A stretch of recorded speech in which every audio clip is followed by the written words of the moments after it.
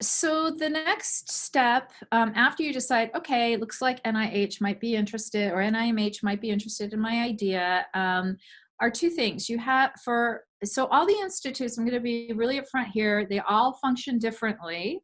I'm going to be talking about NIMH, who has a really useful process for how you work with a program officer. And I think some of the other institutes are picking up this process as well.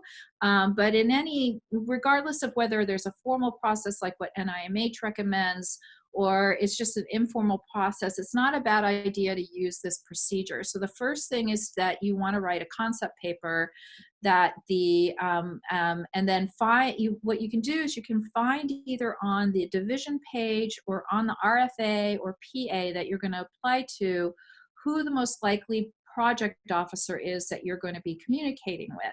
Because at the end of all the announcements is a list of all of the program officers who are assigned that PA or RFA, okay?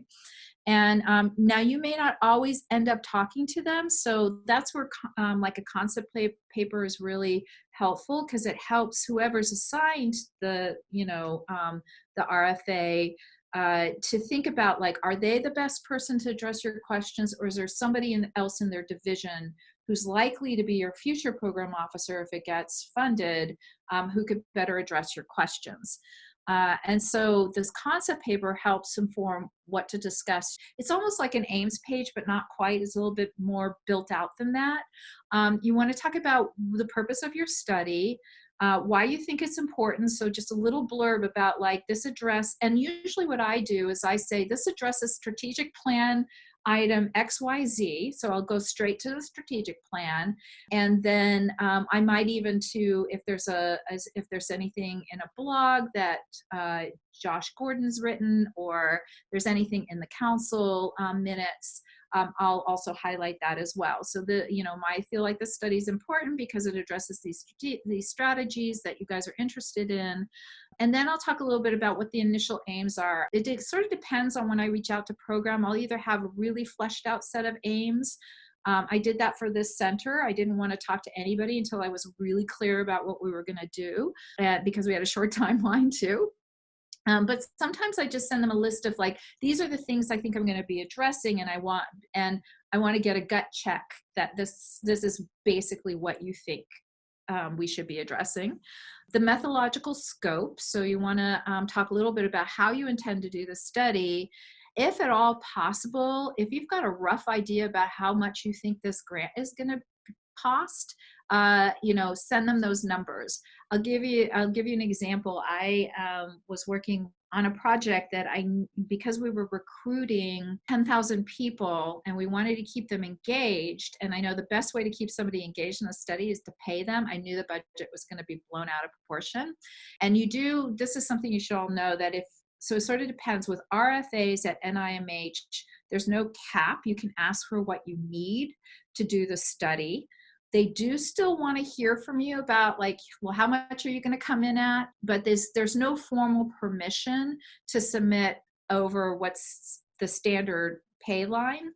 But if it's a program announcement, or there's an identified cap on how much you can ask for a year, you can still ask permission to come in over the budget, but you have to give program at least 6 weeks to review it with their division chief and then the budget office. And then what they do is they write a formal letter saying that they approve you to come in over the cap.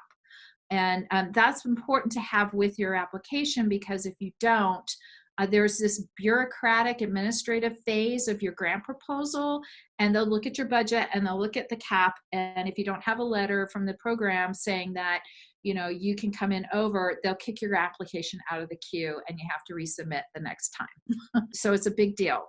It's also not a bad idea because, for instance, when we came in and said, the incentives alone are going to cost us, $250,000. The first thing program said is, like, okay, we like the study, but you're going to have to justify to us why you can't do the study without the incentive, right? So they're going to have questions about like, your budget. So it's really important to the degree that you can to have the budget number in there. So when you're on the call, make sure you have your questions lined up. I actually, with my concept paper, will send questions ahead of time because sometimes I'm pretty seasoned at this point. So my questions tend to be way harder than, and I think would take time for somebody to think about. And that, sometimes they're like, oh, that's not my area of expertise. Let me pull in another program officer to be on the call. So that can actually, like, that happened recently when I was mentoring somebody in Toronto, that the first person I thought of for her study is obviously ideal, but did not have expertise in computational psychiatry. So he pulled in the program officer that did have that expertise. And so we actually talked to two program officers. So having your questions sort of prepared ahead of time can be very helpful to the program officer. But make sure you do ask a lot of questions. It's not just a meeting where you go, so what do you think? You want to, you can ask that. You can say, so does this, I'm thinking it matches these priorities. Does that sound right to you? The thing you want to do, and then the kind of the stance you want to take with this is to just listen to everything they say. And there's two things to keep in mind. Everything they tell you is based on their experience when they sit in on review or they've read reviews of grant proposals, okay? So they're going to ask you a lot of questions that they hear reviewers ask. So if they, so it can be sometimes really hard to hear that because it sounds like they're criticizing you or they're criticizing your study. They're not. They're preparing you for review. And so if you don't know the answer to their question, that's fine. All you have to do is go figure out how you're going to answer that question in the future.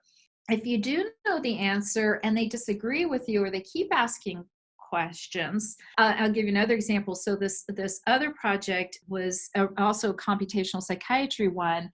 And there was primary data collection because there just isn't a lot of digital data out there on mental health. And that's tied to mental health ground truth.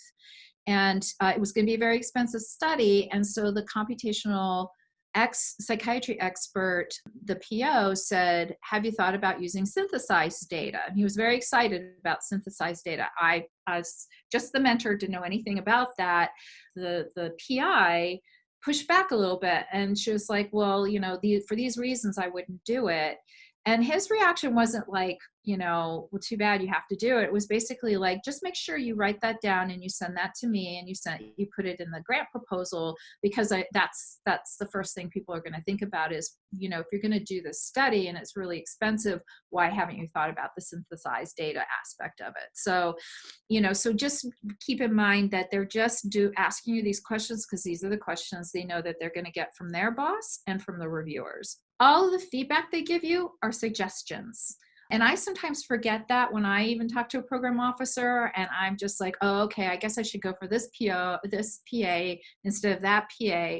But if you feel really strongly that your proposal should be reviewed by a particular group of people, you can kind of push back on that. The program officer is not there to design your study for you. So that's the other thing you have to keep in mind. And they're not there to make decisions for you. They're just there to help you think through your proposal so that when it comes in, it has at least a good, decent chance of getting support from their institute. Sometimes the hardest message to hear from a program officer is that that's a nice idea, but our institute isn't interested in it, okay? And it's not because they don't like you or anything like that. It's just that they're being honest with you that they're not going to, they know even if you got a good score, they weren't going to fund it. But they often, good program officers, I'm not saying everybody does this, but in my experience, they'll often direct you to the right institute or agency. So sometimes in the services realm, people have really great ideas, but it's not quite what they call a scientific idea.